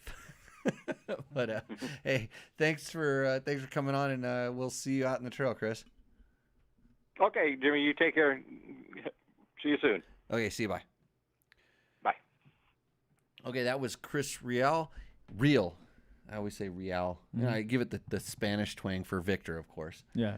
But in all honesty, I've known him for a long time. He does do a lot of consulting, and used to be he had an oil company, a Durlube, back in the day, which they made a lot of really good oils for a lot of different motorcycles. And now he does a lot of stuff with sound testing, sound compliance, and just what a smart guy. DPS Technical is where Chris works. So if you have a problem that requires high-level scientific research, you can check out Chris at DPS Technical. And I always love having him on the show, because I learn something every time. And now I'm not as scared of E15 as I was, because I guess I've been running it for a long time, and it didn't leave me out in the trail. Yep. So if you're lucky you can get non-ethanol fuel, then you don't have to worry about this. But we don't have that option here. So I guess it's time to get to our, some people's favorite segment of the show. This is I'd say it's my favorite. Tech Talk Taco Tuesday, episode number 188. If you're not familiar, I have no idea how we've gotten 188 shows into this. How many episodes have you been pushing buttons for? 88. You started at show 100. Show 100 was my first episode. Right. And you have a catalog of all the shows with all the important information? I have a link to a YouTube playlist that has the descriptions of each show. Okay. How's John doing with putting up the banger clips? He got a real job, so he and I just were in contact this week about catching up on some stuff. He works at a mountain bike shop. That's not a real job. It's a more real job than the one, because he's actually getting more money for that job. Okay. So he's hanging out with a bunch of stoners in a bicycle shop, and he's not doing the work that he needs to be doing here, getting the banger clips up for to get us more viewers. Although, I mean, we're at like 30,000, I can already tell. It's crazy. Yeah. Best motorcycle show that you can listen to right now, for sure. Okay. Yeah. Roost or Endo, let's bring it on. Okay, so this is Roost If you're or Endo. wondering, this is brought to you by Taco Moto. That's tacomoto.co. They have every ECU that you need before you go to that 44 millimeter throttle body. Check out tacomoto.co on the webs and ask them a question if you are curious, because they will answer it.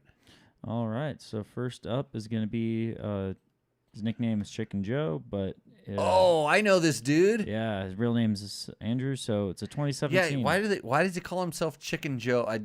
I met this guy. This guy shoots videos for Trevor, helps Trevor with some videos. Mm-hmm. Super awesome cat. And look at that photo.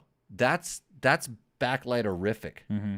That's done well. But he pulled up. We were just done doing the 450 shootout, and he pulled up. And I was out shooting some. So if you watch the 450 videos that we did, if you see the horrible shots that are all shaky and like tracking Trevor. If Trevor's on the bike, I shot it with, and I'm not that good. I just get it done. Mm-hmm.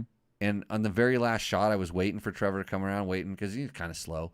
And I was waiting for him to come around, and Chicken Joe rolled across on that bike right through my frame. I was doing a little long lens stuff, so I was back in the bushes, waiting for him to come out of this tunnel. Chicken Joe pulled out on that bike, and I caught the bike, and I'm like, what's that? that's kind of weird, different color. And then he parked the bike. And I'm like, okay, good, he's out of my shot. Mm-hmm. And he wanted to get the same shot that I was going to get, but from a closer angle. And he walked right in front of my shot. Oh. And I'm like, oh, come on. Automatic anyways, endo. so of course, I'm not afraid to tell somebody they walked into my shot afterwards when he rolled over there. But what a cool guy. Cool. So anyways,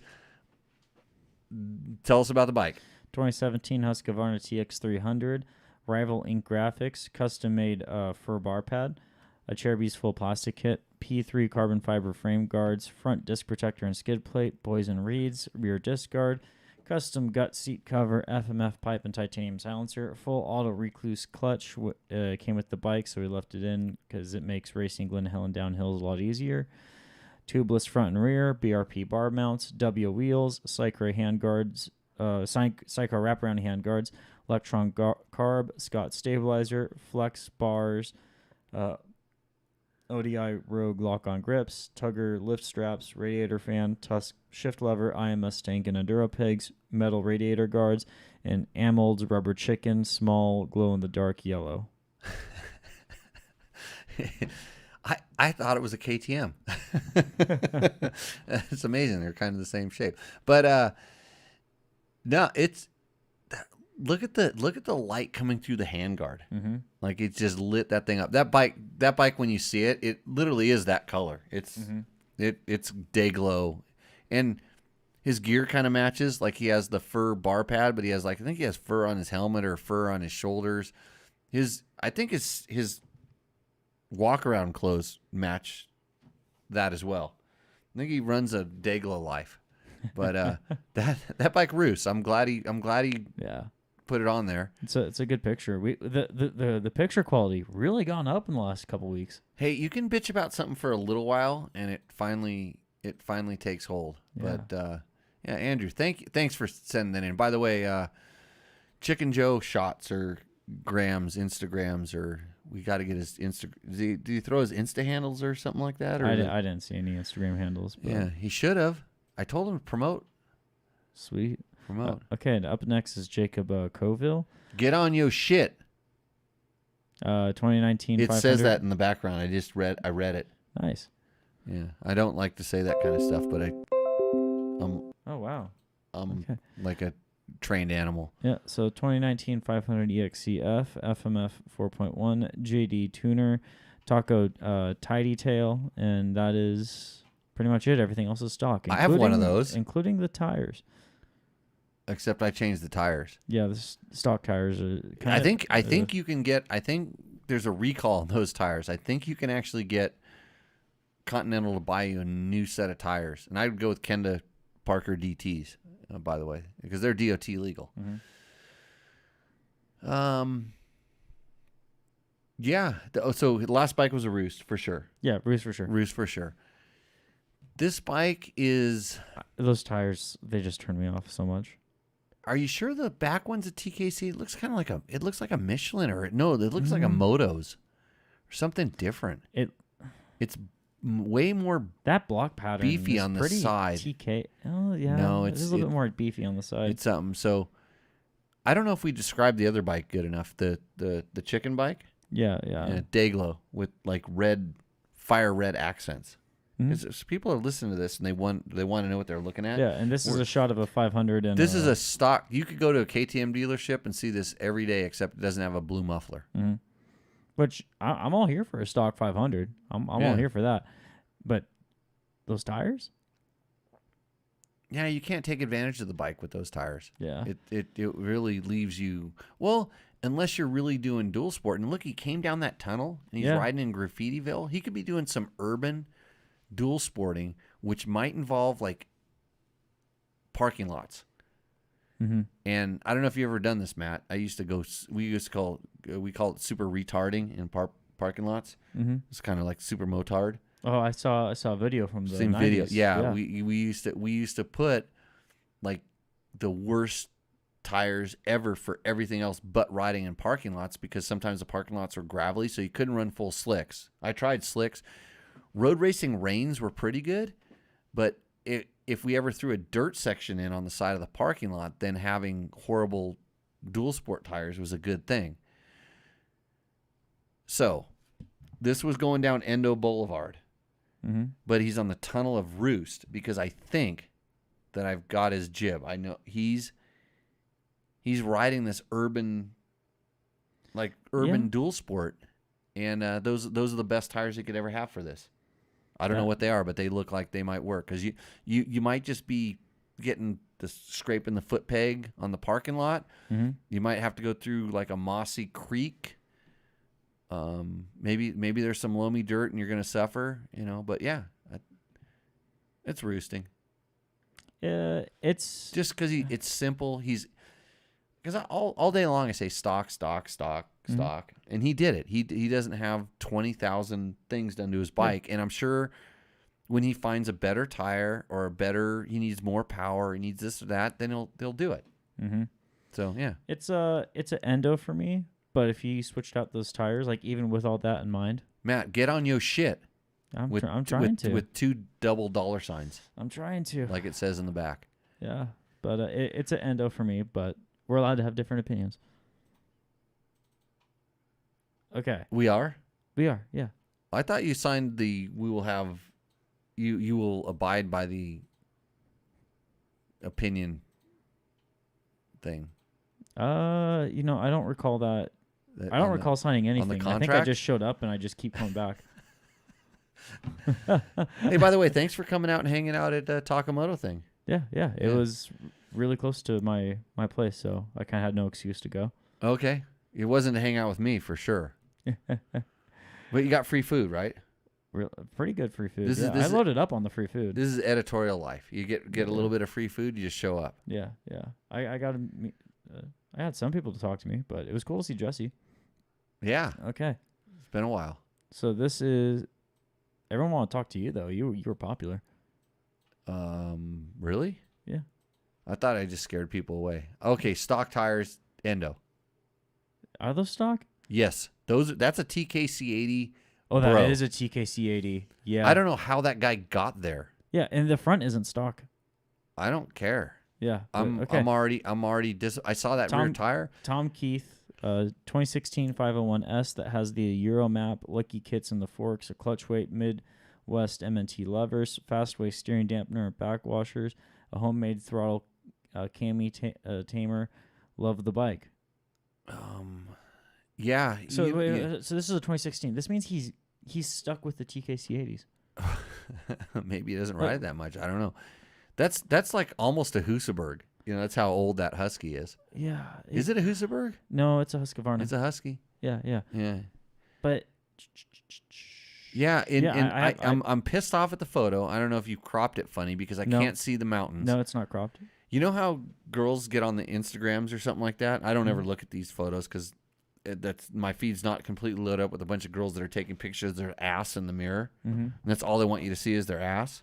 And then it's strange, Jimmy. You have that same exact pose on the grinder.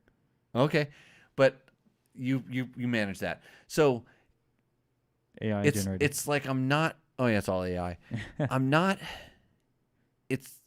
into the big ass, especially when it's TKC80 rear tire.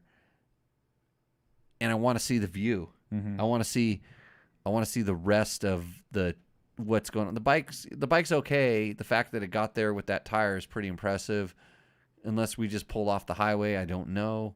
I'm just slowly. This bike does look like it's set up for the road, a lot of road. Yeah, super dual sporty. Yeah. He's got the underhang mirror. He's got that. Is that a double take mirror? No, it's an underhang. It's not on the edge of the handlebar though. So double take makes these really nice tiny little fold out mirror kind of things that look just like that. That are actually really good if you just for legality. And if you position them right, kind of where he has this, believe it or not, they work. You can see what's behind you, and so and it's out of the way. But Endo, full 100%. Endo for me too. Yeah. TKC80. As soon as that pops up, Asher Lido says, "Man, all these KTM's. That wasn't a KTM. Anyone ride any other company? We have other ones. Yeah, this is actually the first all KTM show we've had for a little bit. It's been mostly We've had a lot of variety lately, actually. Yeah. This is the first time we've returned to just KTM's. Okay.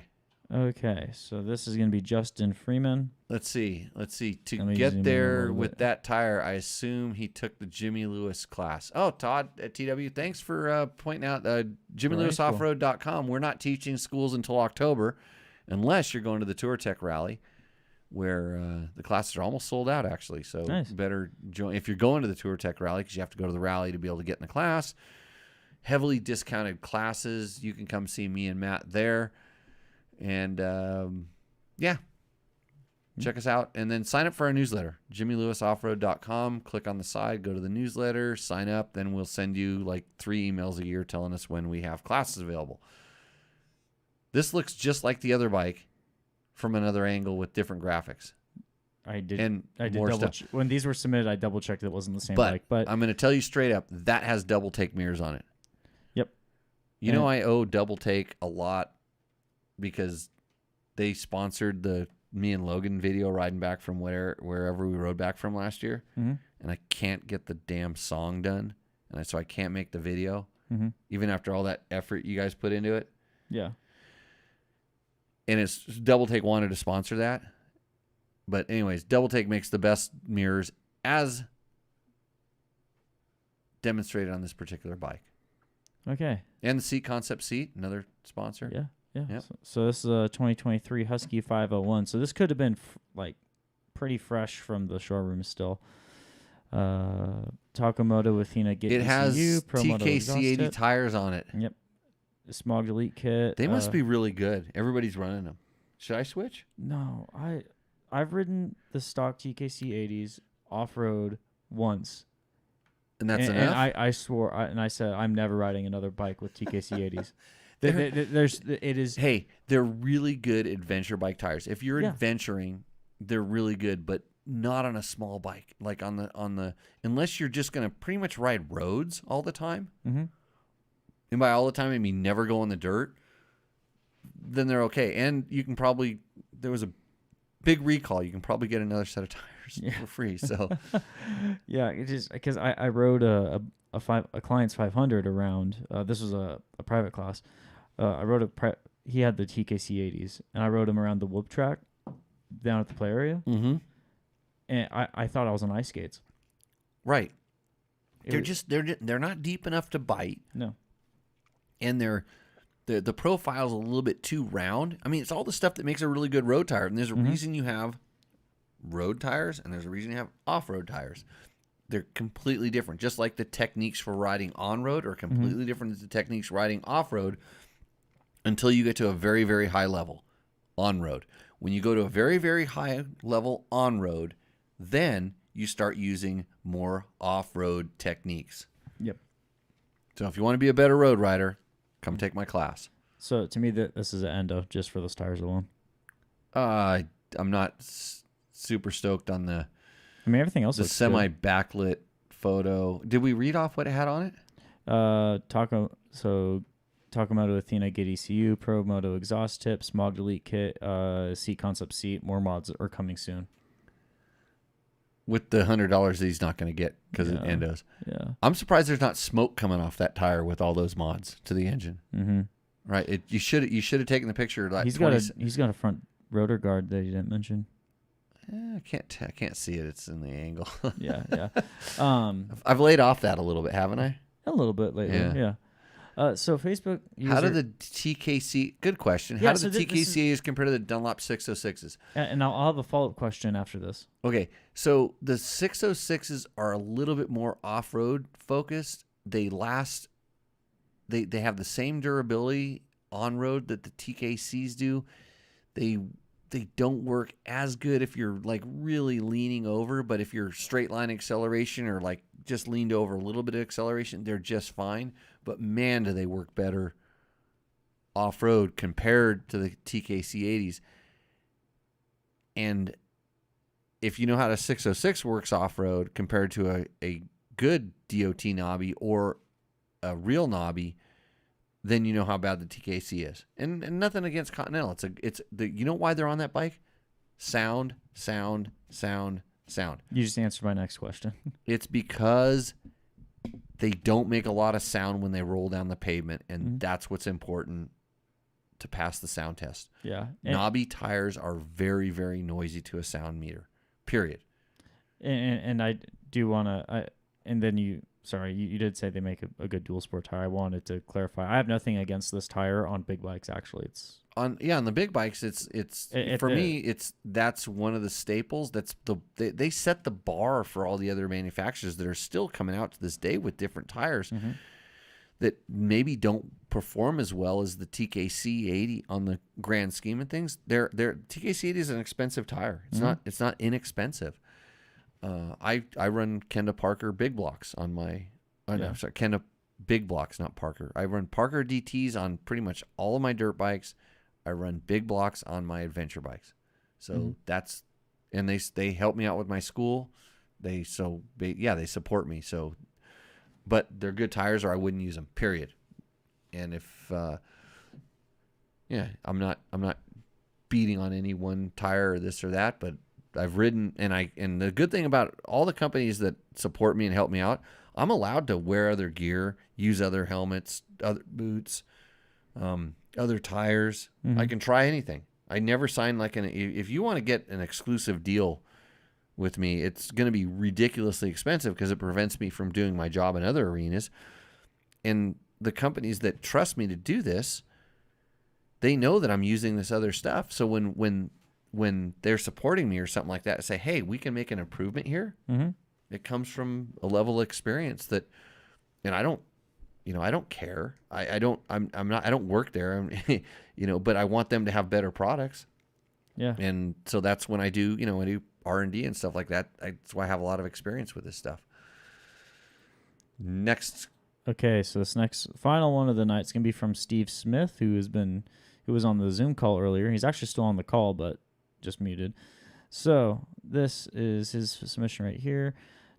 2015 500 EXC Taco Get Recluse BDCW skid plate. Looks like he's riding the Sandblast Rally. Taco 90-degree fuel outlet and filter, seat concept seat, Boyson supercooler, Baja Designs headlight, 4-gallon tank, etc. I'm wondering what he's going to crash into. What he's bracing for. Oh no. Well, the problem is that position would lead me to think that he should be beginning to get on the brakes, but I'm seeing Roost come off the tire. And body position can use a little work. Yeah, you know how we always talk about where the head's at? Yeah. And it's anything but that bike looks like really kind of familiar. It looks like a lot of the ones I have in the garage with different graphics and different gear and different rider and different things. What do you say what tires he had on it? Because we've been just going off on the tires tonight, so we might as well just keep it going. No mention on the tires. No mention on the tires. Do we have to give a shout out to Keith's Creatives for the photo?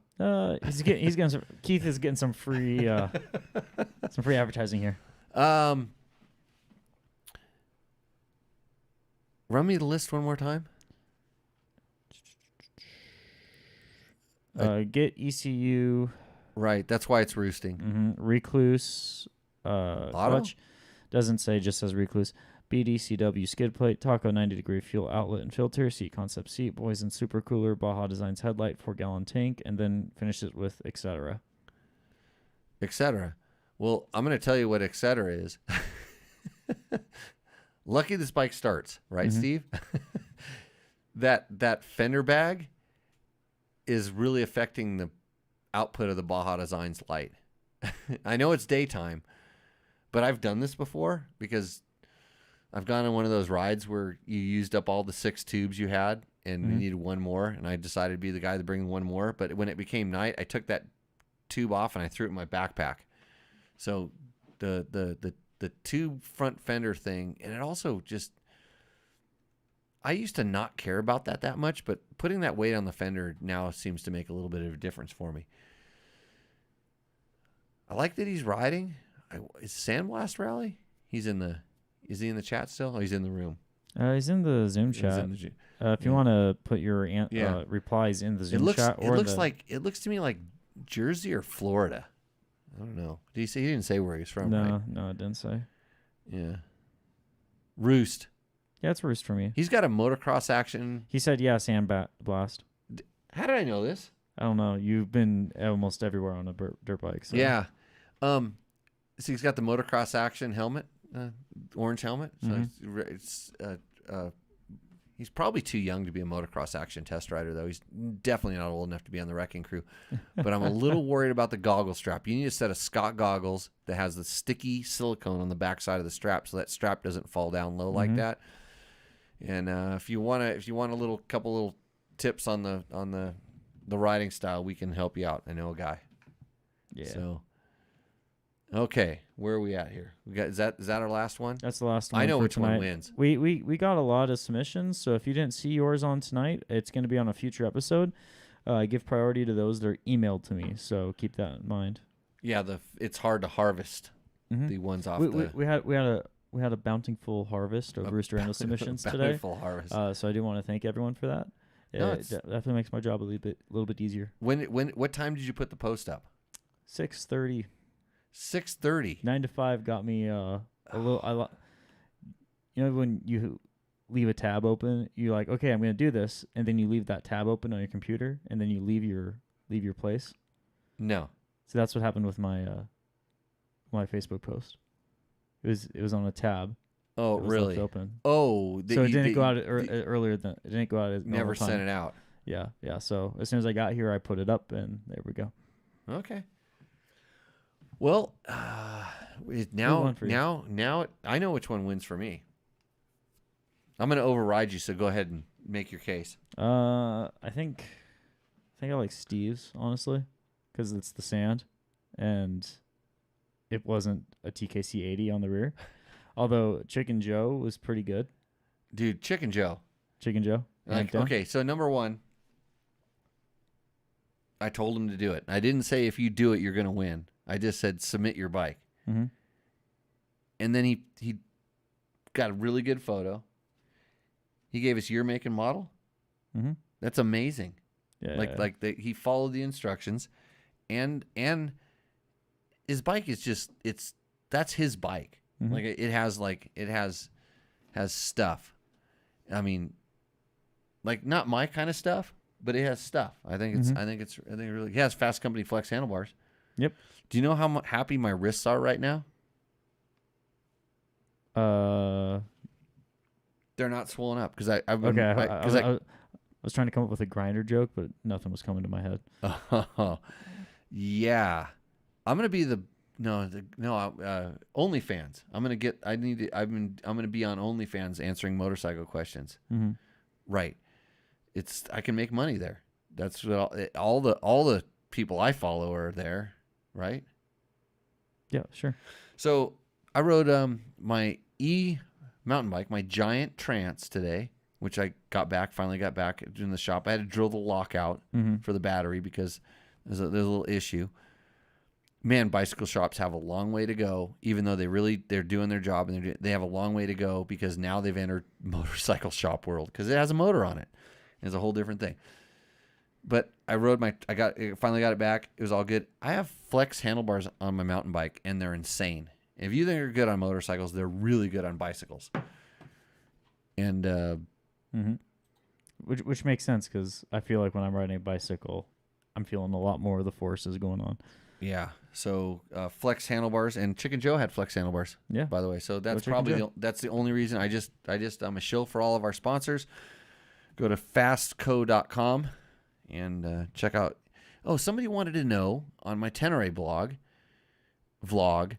They wanted to know what bend bars I'm using. So I'm basically on the Tenere. I'm using I'm trying to think the standard height, whatever their standard height is, and 12-degree sweep. And I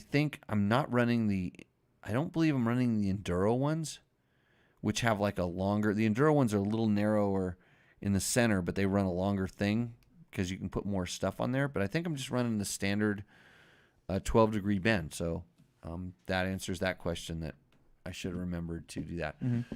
So Mike Pearson says, I'll try again. Yeah, like I said, if you commented or emailed me your bike, it's going to be on a list. Yeah, we'll get to them. We'll talk about all of them. But thanks, everybody, for submitting those. Thanks to Takamoto. $100 gift certificate is going to Chicken Joe. So Chicken, reach out. His name's Andrew? Yeah. Andrew, reach out, and we'll get you taken care of there. Number 13 is the winner. Who said that? I can't see on the chat. I don't know. Mark Daniels. Yeah. There we go. Yeah. So, and Mark's, didn't we let him pick last time? We had chat kind of help us out last time. Yeah, we had someone in the chat pick it. So it's not always me, but I was pretty decisive on this one. Yeah. It was good. And he also helps out Trevor shooting this stuff. What are you doing? Adjusting my mic. Oh, yeah. Even though we're about to hop off here. I thought you were on Grinder with that mic movement. Oh, well, you know what? We got to be professionals in something, Jimmy. So $20 is $20. Anyways, hey, let's see. Do we answer all our questions? No, but we can put them into next week's Thanks shows. to Yamaha. Thanks to Takamoto. Thanks to Scott Sports. There's some new stuff coming from Scott on the 17th, which I think is tomorrow. I couldn't talk about it. Climb, DDC, Trail Tech. Product of the week, Matt. You almost let me go without doing product of the week. Oh, yeah. And that's why I wore this hat. SP Connect. And I talked about this earlier. Mm-hmm. So I'm going to pull my phone off this thing. And when I first got this stuff, I said, hey, I'm going to be testing it out. Well, I've tested it out. So SP Connect makes basically phone cases that connect to different little gadgets that go on your motorcycle or your bicycle or different things. And so I have a vent clip that goes in my truck, and I have a number of different mounts that go. One's on my Tenere and one's on a ram ball, so it goes between other things. And so the whole key to the thing is the case. So I have the case, and it has a little clip on the back of it. And there's a lot of different companies that make this stuff, and I have been maybe a dinosaur with this stuff because a lot of times I want to turn off. I don't, when I hop on my motorcycle or my bicycle, I don't want to see this. But then there's other times I want to. When I'm driving, I want to listen to my podcast and not be bothered, but then my phone goes dead. Sometimes I know I'm going to get a call, but I want to go riding, and I just need to have my phone someplace where I can see it so I can answer that call as opposed to being in my pocket and I'll never know. So with the ram ball, it goes on any one of my bikes. On the Tenere, they have these cool trick little mounts for different things. One goes in the handlebar mount stem, bolts on, some clamp on around, round clamps. But it's as simple as you just clip it on here and you figure out, it indexes and then it locks in. And 2 Baja trips. Now, 2 trips and the phone still works, which is pretty amazing because that's a lot of stuff. And so this piece here, and this is the coolest part about it, is this clips on to the they basically the way this phone clips onto this one, this also clips onto, it's a charger. Oh wow! So I can put this on anything as long as I have a USB plug. So on the Tenere, it's real easy. Cigarette lighter one, the truck, it's real easy. Just goes in there, and now my phone's charging the whole time I'm using it. Nice. I've dropped this phone a lot, like that. Dropped it, bounced it around. Case is solid. I used to use this other certain case because I dropped my phone a lot, and this one's been just as good, if not better. It charges on my lay down pads that it usually does. It's all good. So, yeah, check them out. SP Connect. I'm going to give you the website right now. I have to look at it. spconnect.com. sp-connect.com. There's a catalog of all their stuff. I mean, it'll mount on anything, and so there's a little bit of an investment to get all the little pieces like this piece and the different mounts. But once you have those, then you just, if you're switching phones, you get another case, and then you're all good. So, pretty stoked on it. I'm going to probably do a little video and stuff for Dirt Bike Test where I'll have all the information where I get the prices and different things. Nice. But I'm sold. Like Yeah. I've kind of converted from being a Neanderthal to something that actually works, and it works well. I never had one fly off, and I've smacked into this thing while it's on my handlebars, and my bike's tipped over a couple times, and It's still holding strong. It's still holding strong. It's all good. There we go. So there we go. So it's a wireless charger. Yeah, it's a wireless charger, but it's mostly a mounting system. Mm-hmm. But the fact that you can add the charger, the charging in like wireless, it kind of goes through. It kind of sends it up through the. However that works. So iPhones have a wireless charging feature. Wireless charging feature. Yeah. So that's what it uses. So I don't have to plug it in anything because I'll tell you what I've noticed is if I put plugs in here on my iPhones on a motorcycle, they don't last very long. The plug in the phone and the plug, we have problems. So all good. Sweet. So that's what it is. Flex bars, 68 millimeter, 92 millimeter, and 116 for height, 10, 12, 14, and 25 for the sweep. So, wow, 20. They make it 25. So 12 is pretty aggressive for most people. 10 is too much for me, but 14 was what I used to run. I've kind of moved to 12. And I think I'm running the 92 millimeter height, if you're going to get specific. But yeah, thanks, Dave. Got all the specs there. So what did it say about product of the week up there? Oh, Mark was asking about product of the weeks. Oh, he knew we missed it? Yeah. But I got it before he put that up there, right? Mm-hmm. That's good. Whew. All right, I want to be better than the...